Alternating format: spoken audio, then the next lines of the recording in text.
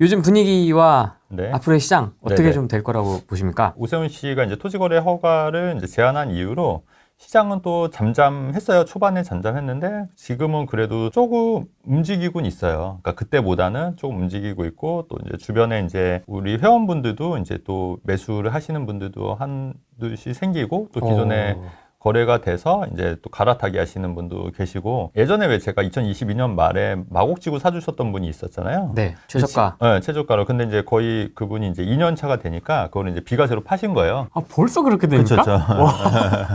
와. 그러니까 딱 비과세. 그리고 이제 그분은 이제 25평을 했기 때문에 그 10여 구간에서도 또 자유로운 거예요.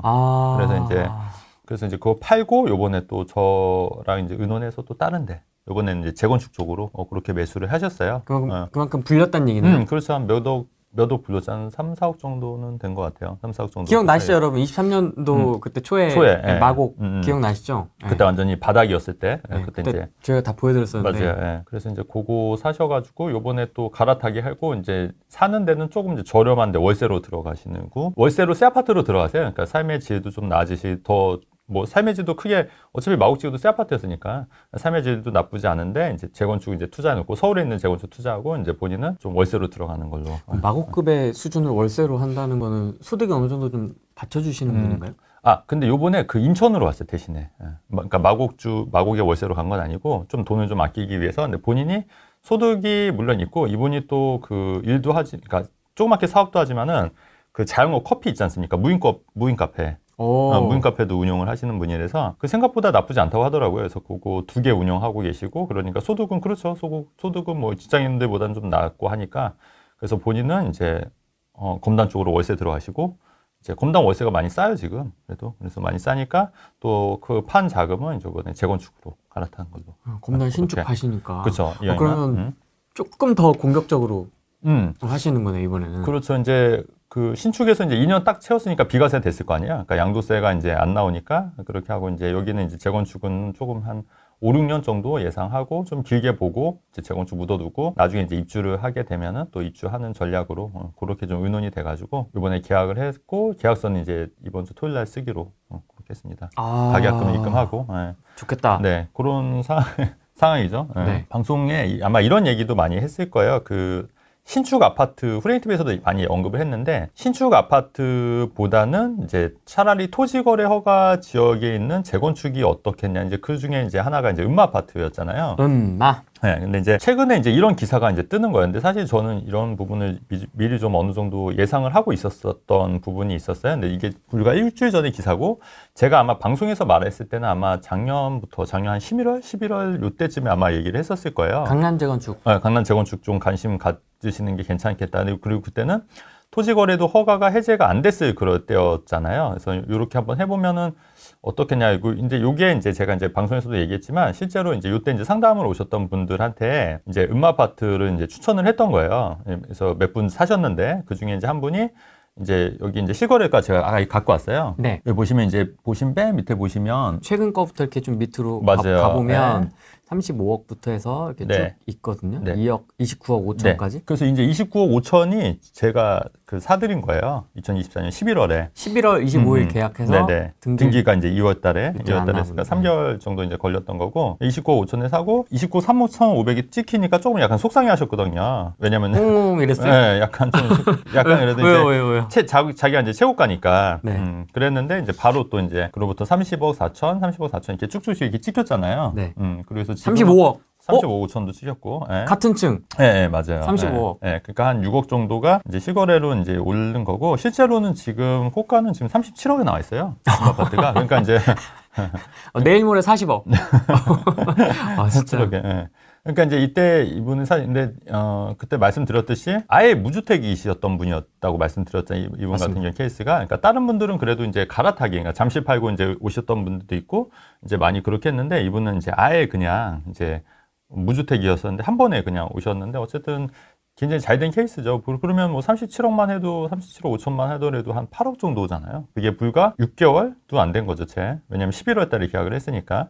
그러니까 이게 이제 우리가 여기서 이제 생각할 게 뭐냐면 사람들이 기회가 없다고 생각하고 뭐 집값은 다 올라서 뭐 먹을 게 없다고들 생각을 많이 하시잖아요. 예. 근데 이제 꼭 그런 건 아닌 게 이렇게 트렌드를 조금만 우리가 좀 예측하거나 미래를 좀 이렇게 읽다 보면은 또 좋은 기회가 얼마든지 생길 수가 있다. 그리고 다 집값 올라서 다 아유 집값 이제 더 이상 안 올릴 거라고 생각했지만 이렇게 시차별로 혹은 또 입지별로 어떤 기회들이 분명히 있을 수 있다는 거예요. 그리고 이제 또 세 번째 말씀드리고 싶은 건 뭐냐면 제가 항상 말씀드리는 게 긴가민가 할 때 하셔라 혹은 이제 어수선할 때 하셔라 이렇게 말씀드리잖아요. 근데 이때 11월 달에 어땠냐면은 이제 탄핵 정국이었던 거잖아요. 그때 한참. 딱 계약하고 나서 바로 계엄이 터졌습니다. 12.3이었으니까 12월 6일 날 하신 분도 대단하신 겁니다. 네네. 그러네. 그렇죠. 네, 정말 대단하신 거고 1월, 2월까지도 아리까리 했지 네네. 않습니까? 그렇죠. 그때 이제 이렇게 네네. 30억 정도의 그렇죠. 형성이 되다가 네. 그 다음에 이제 사람들이 이게 그래도 가는 거구나. 그렇죠, 그렇죠. 어차피 강남 네. 재건축이니까 네네. 하면서 이게 그렇죠.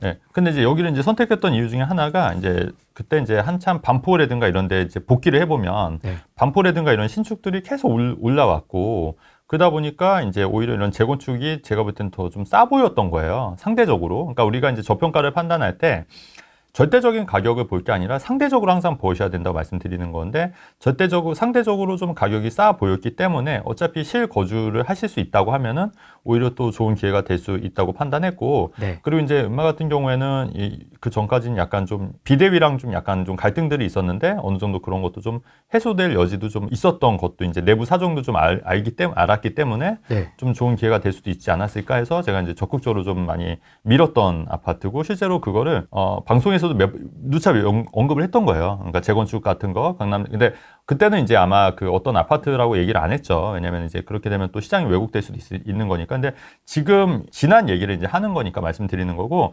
그리고 지금 여기를 뭐 지금 당장 하시라 이런 또 취지의 얘기는 아니에요. 그러니까 이런 거를 토대로 우리가 이제 어떻게 부동산에 접근을 하고 어떻게 투자로 접근을 할 건지 그다음에 어떻게 이제 생각을 해서 이제 투자를 할 건지 이런 부분에 대해서 제가 좀 말씀을 좀 드리고 싶어서 이제 이런 사례를 좀 갖고 왔거든요. 그 사고의 흐름과 논리를 보시라는 거지 이 물건을 보시라는 게 아닙니다. 그렇죠. 네, 오해하시면 안 될 것 같아요. 저는 이제 문득 드는 생각이 이분이 그럼 뭐 신혼부부셨습니까? 아니요, 이제 애도 있고, 이제 그래도 자녀가 있는데, 오랫동안 무주택으로 했었는데, 이제 이분 같은 경우에는 청약을 계속 오랫동안 노렸던 거예요. 청약으로. 근데 이제 아시다시피 청약이 잘 안 되셨던 거예요. 그러니까 청약이 안 되니까 이제 그게 계속 고민이 됐던 건데, 이제 청약보다는 이제 이런 쪽으로 한번 해보시는 것도 그 다음에 그래서 이제 이분 같은 경우에는 또, 나름 그래도 자산도 있었고, 그러니까 이제 가능했던 거고. 이제 문득 드는 생각이. 잠실중흥 5단지도 있고 음마도 있는데 아마 비교를 해보셨을 것 같아서. 그렇죠, 맞아요. 안 그래도 저도 이제 같이 고민을 많이 했었는데 아무래도 또 학군제도 좀 관심이 있었거든요. 그러니까 이제 아무래도 잠실중흥 5단지도 나쁘진 않은데 그래도 이제 학군지에서 이제 당장 학원을 좀 보내는 것도 좀 했고 그다음에 지금 이제 자녀가 지금 이제 중학교 이제 올라가긴 하니까 이제 그 학군지를 봐서. 이제 그래도 이쪽으로 한번 해보시는 게 어떻겠냐 해서 처음에는 이제 좀 낡은 아파트니까 어떻게 들어가서 살까 왜냐면 인형은 실거주를 해야 되잖아요. 이제 그럴까 생각을 해봤는데 근데 막상 또 들어가서 보고 또 수리된 집을 제가 보여드렸어요. 수리된 집을 그랬더니 이제 또 수리된 집을 보니까 또 살만한 것 같다. 그렇게 해서 이제 그렇게 하셨고 이분 외에도 또 몇 분이 이제 여기를 하셨고 그리고 이제 자금이 좀 여기를 하고 싶었는데 자금이 안 되셨던 분들은 또 다른 데로 또 해서 그런 분들도 또 만족해서 했었고 이제 제가 이제 작년 연말부터는 이제 재건축 위주로 좀 많이 좀 했던 거예요. 재건축에서 지금 현재까지 제가 계속.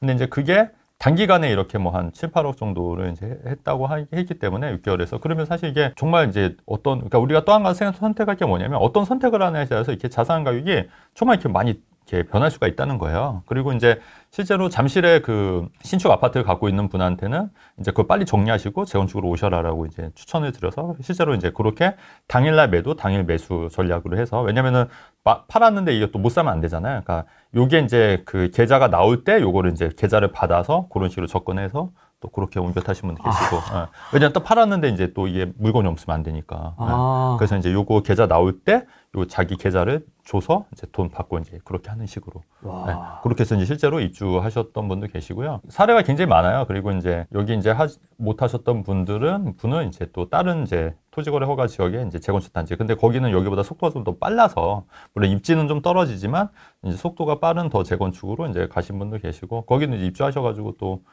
굉장히 만족해 하시는 분도 계시고, 그러니까 이런 여러 사례들이 이제 있었던 거고요. 또 이제 여기 자금이 이제 또 안 되셨던 분들 중에 이제 분당을 팔고 분당에 이제 주상복합 아파트니까 이제 재건축 이슈에서는 조금 이제 멀어지잖아요. 그래서 기회가 됐으니까 분당 팔고 이제 강남은 아니지만 이제 서울에 있는 이제 재건축 아파트 사신 분들도 몇 분 계시고, 그런데 재건축 아파트, 근데 그분들도 지금 가격이 샀을 때보다는 그래도 좀 오르고 올랐으니까, 그래서 그 부분도 좀 만족해 하시는 거고, 그렇게 해서 이제 그렇게 이제 추천을 좀 많이, 트렌드를 바꿔서 좀 추천을 많이 드렸던. 발밑에서는 그 탄핵이고 전국이고에서 막 되게 잠잠했을 것 같잖아요. 근데 실제로 그 수면 아래에서는 엄청나게 활발하게 바빴던 거예요. 그러니까 분위기 자체가 막 꽁꽁 얼었다. 그렇죠. 뭐 이런 기사들이 있었는데, 정작 현장에서는 계속 거래가 있었다. 그렇죠. 그래서 저도 굉장히 바빴어요, 사실은.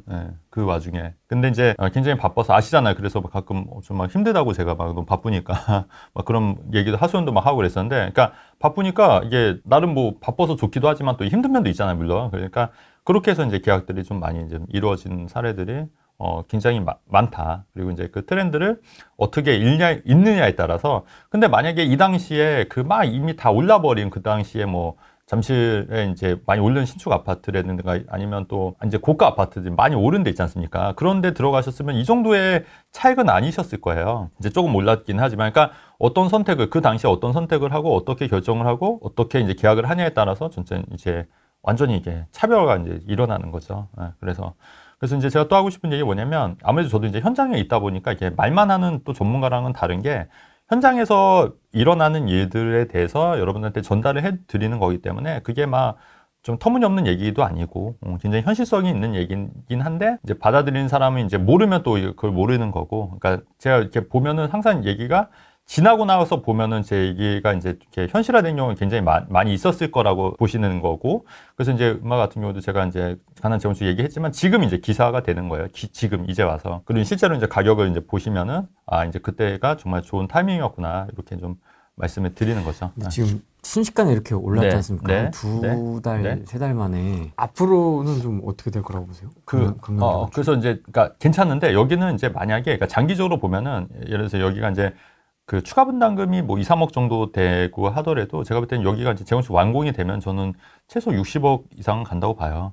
인정합니다. 그렇게 된다고 보는데, 단기적으로 좀 많이 급등을 했으니까 이제 조금 이제 조금 조정은 아니더라도 약간 보합이라든가 이렇게 좀 갈 수 있을 것 같고, 그런 게 아니라 내가 좀 장기적인 안목에서 들어가고 싶다 이러면 뭐 상관이 없는데, 단기적인 거에 좀 들어가면은 이제, 왜냐면 29억 5천에 샀던 분들인데 지금 37억이면은 그렇잖아요. 그 차이가 너무 나니까 저도 조금 이제 좀 부담스러운 거죠. 안 그래도 연락이 와요, 부동산에서. 이제 좋은 매물이 있다고 연락이 오는데, 조금 부담스럽다고. 근데 이제 그럼에도 불구하고 이런 경우가 있어요. 이제 최근에 이제 상담 오셨던 분인데, 그 잠실에 있는 아파트도 많이 오른 거예요, 거기도.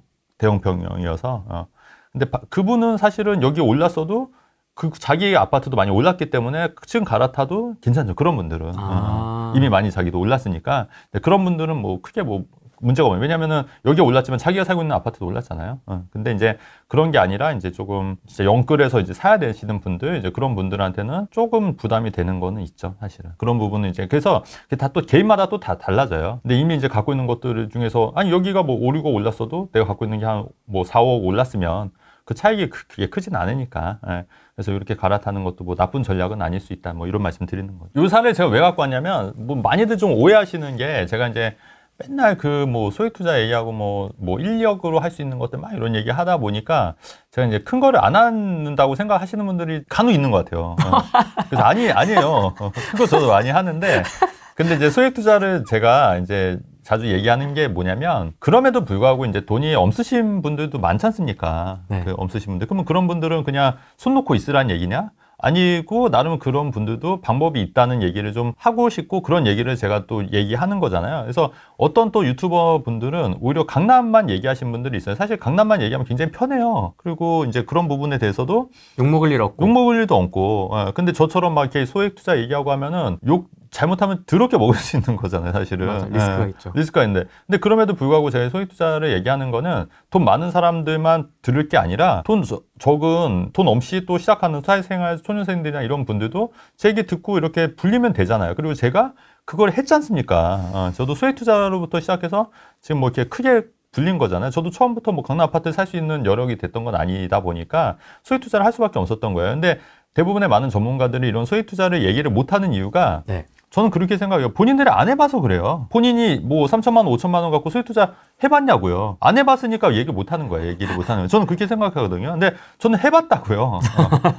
저는 해봤고, 그렇기 때문에 이런 거에서 되게 자세히 알고 잘 알기 때문에 이제 이런 부분에 대해서 말씀을 드리는 거지. 근데 이제 뭐 제가 뭐 작은 것만 한다 이런 건 절대 아니다. 다 한다. 다 한다. 근데 이제 소액 투자가 정말 재밌는 게 뭐냐면 어차피 강남 아파트는 실입주로 하는 거고 어차피 투자라기보다는 어차피 내 집 마련의 성향이 강한 거지 않습니까? 근데 소액 투자는 내가 갖고 있다가 또 2년 있다 팔고 하면은 이게 또 사실 돈이 되는 재미도 있는 거예요. 그래서 제가 최근에 말씀드렸듯이 김포 아파트 처분했다고 네. 차익하고 양도세 내더라도 한 1억 정도 남았다 말씀드렸잖아요. 근데 그게 투자 금액이 결국 한 3천밖에 안 들어왔다고 제가 말씀드렸잖아요. 그 네. 3천으로 1억 정도 벌었으면은 뭐 4년 만에 1억 벌었으면 나쁘지 않은 거 아닌가요? 그런 거. 작년에 팔았던 청주 아파트도 뭐 몇천 벌었던 거고. 그러니까 이런 식으로 소액 투자도 충분히 가능해서 돈을 불릴 수가 있더라.